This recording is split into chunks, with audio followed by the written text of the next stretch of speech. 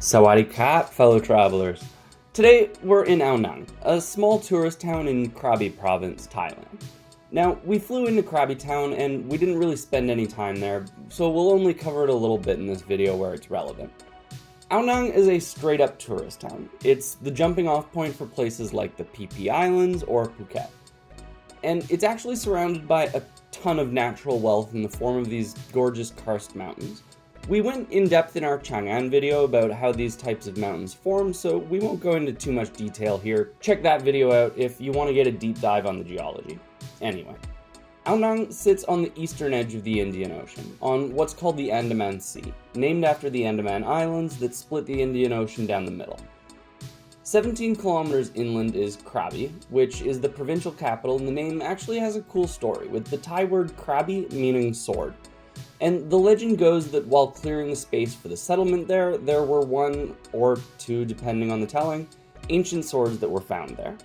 While it only gained political status in 1872 under King Chulalongkorn, known as King Rama V, there is archaeological evidence showing human habitation of the caves and bays in the area for around 30,000 years, making it one of the oldest inhabited places in all of Southeast Asia. Around the 1200s, the area was known as Bantai Samor and was a tributary to the kingdom of Ligor, and would go on to be called Nakhon Si Thammarat, which was involved in complex trade relationships with various local empires spanning from India to what is now Singapore and Indonesia. Now, this brings up a quite interesting topic to help understand this place.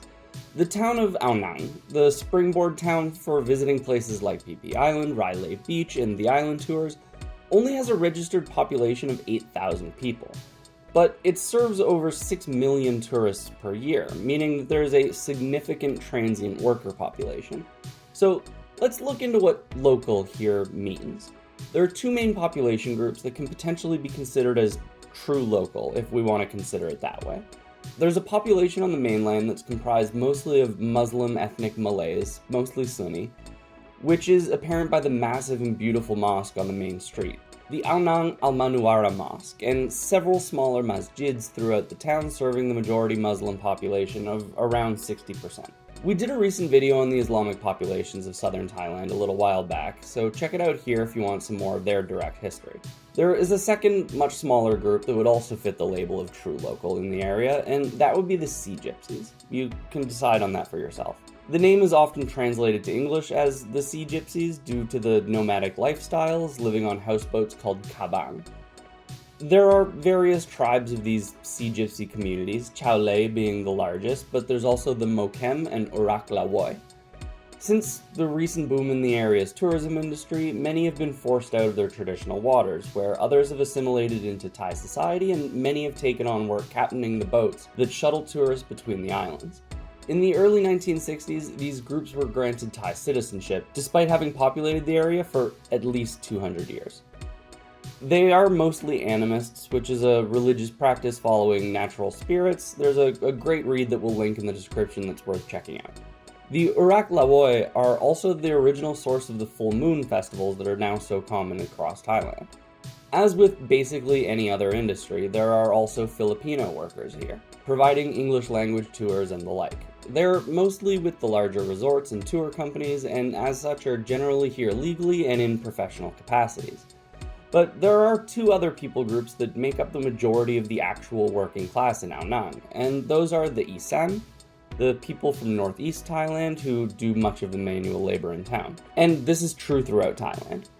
Every year during the off-season, the town is essentially torn down and rebuilt, and these are the people providing much of that labor, sending remittances back home to the northeast. They bring with them their own traditions, like their food, which is excellent. The next people group that's essential for a place like this to function, but are rarely discussed, are the Burmese workers. As many of you know, Myanmar has been in a pretty brutal civil war for half a decade now, with regions in the north seeing pretty intense fighting. This has led to a mass movement of people over the Thai border to escape the violence. It's impossible to know exactly how many, but most estimates put it at just over 4 million people. There are refugee camps along the border, but they only house about 80,000 people. The people in these camps have been given the right to work in Thailand, but that means that the vast majority, still probably over 4 million people, are dispersed throughout the country, technically working illegally.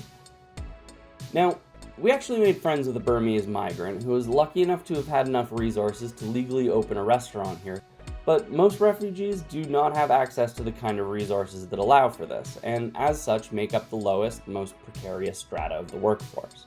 Often paid below minimum wage and housed in rough living conditions at the discretion of the employer. An optimist may look at the legalization of work for some of the refugees and the turning of a blind eye to the massive amount of illegal migrant workers as a humanitarian decision, but a practical and materialist outlook knows that this was done to make up for labor shortages and to help suppress wages across the economy. So, enough of the heavy stuff. Let's take a moment and look at what's available to us from Ao Nang. There are the Phi Phi Islands, which will get their own episode, but there are also the island tours provided by, from at least what we can tell, two main operators. There's the Ao Nang Boat Service Club, which is run as a typical business and operates longer hours throughout the day, and there's the Ao Nang Boat Service Cooperative, which runs shorter hours, generally ending at 2. You likely won't actually have to deal with either of them in a very direct fashion. Just walk down to the beach and there will be workers waiting there to get you set up, or book online in advance. Prices for boat tours can vary pretty drastically depending on how you book and how fancy you want to be. Ours came out to about 2,500 baht for 4 people.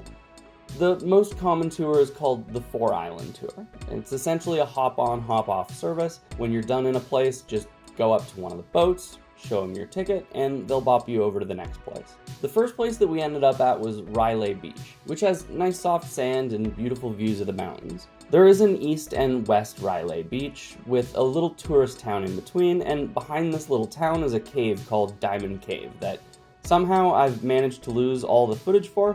Okay, turns out I was lying to you, and we actually do have the footage, found at the last minute, so let's check it out.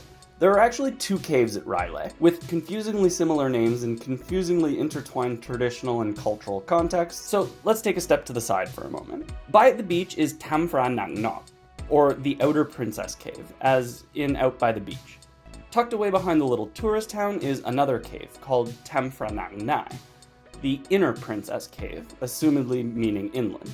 The second being the one that we went to, and the stories behind it are much more poorly documented than the cave beside the beach, at least in English. The caves both refer to the same princess, but there are conflicting stories on who this princess actually was.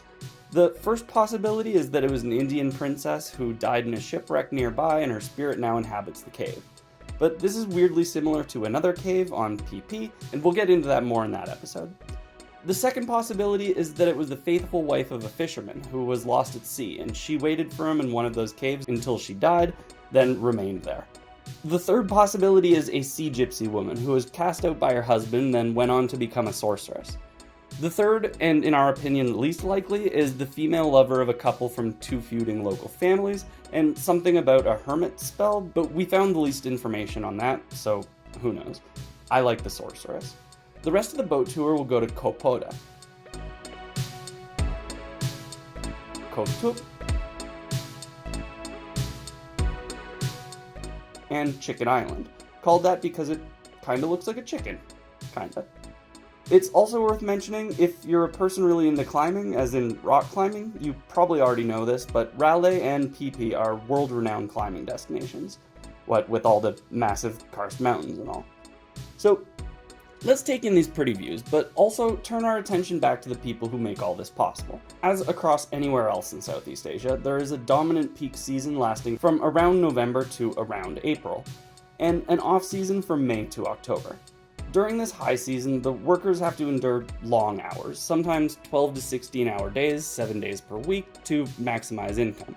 And of course, employers will force these hours on employees because of course they will. This is also done so that during the off-season, often referred to as the lean season, they'll have enough money saved to make it through without going into debt, which we'll touch on in a moment. This is a good place to point out the distinction between the formal and the informal economies, which exist to differing extents in every country, but to a great extent throughout Southeast Asia. As for the formal economy, these are registered workers with registered companies that pay taxes and, at least in theory, are protected by the national labor protections and guaranteed things like a minimum wage. There are also laws in Thailand that restrict certain professional positions to only be filled by Thai workers.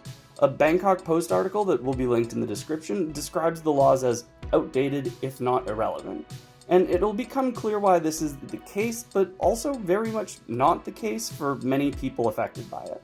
Most managerial and secretariat jobs are on this list, meaning that much of the management at these hotels will either be laid off or have their hours cut drastically during this lean season. Informal workers, lacking the same protections, are very vulnerable.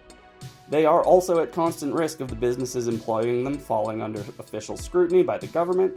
In 2023, there were over 35,000 workplaces inspected and almost 1,000 migrant workers detained and deported. As the Bangkok Post article states, several of the prohibited jobs are not attractive to Thai workers, meaning that employers such as construction companies are inclined to hire illegal migrant workers not just because they're cheaper, but because it can be difficult to find Thai citizens willing to do menial labor. With an ongoing demographic shift, with a large portion of the Thai population entering retirement age and a particularly low birth rate, this is set to simply become less and less practical over time. In the cases of Myanmar migrant workers, this economic relation can begin either at home in Myanmar or here in Thailand. There are often brokers who will promise employment, but the workers must first go into debt to have the job placement made. The workers are often then given housing, usually behind or above the businesses they're working for, which further ties their livelihoods to that particular employer, making them even more subject to coercion. As with undocumented migrants literally anywhere in the world, the threat of calling the police and reporting their presence is a strong motivator to suppress wages and force continued overtime. So, we know that the Thai government allows a certain level of undocumented migrant labor because it both fills labor shortage and keeps the tourism industry as highly profitable as it is. There are, however, often crackdowns by authorities, and the reasons can vary as to why they happen. They can be for political reasons as a show of force. They can also be due to nationalist sentiments among Thais that certain politicians want to pander to, and do so by taking out on the least advantaged people in the society, as is often the case around the world. There is also an almost complete absence of labor union presence within the tourism industry due to the fragmented and temporary nature of the industry. The informality of the local economy makes hard statistics difficult to come by, but the workforce of Ao Nang is a classic example of a proletarianized class. It's highly stratified, not just by level in the labor aristocracy, but by ethnicity, religion, and legal status. They are exploited by the seasonal cycle and are largely invisible to the masses of tourists who pass through here. But they keep the hotels clean, they clear the beaches. As we move up through this, again, highly stratified segment of society, we get to the workers at the boat cooperatives, then to the local tour management companies, and on until we get to the massive corporate hotel chains, many of which are centered out of Bangkok, but more likely from other wealthier nations. And I know, you probably clicked on this video thinking, oh hey, I'm going here for a vacation soon and I want to see what to look at before I go. And you've had this preachy fucking dog yapping on about refugee populations and migrant labor.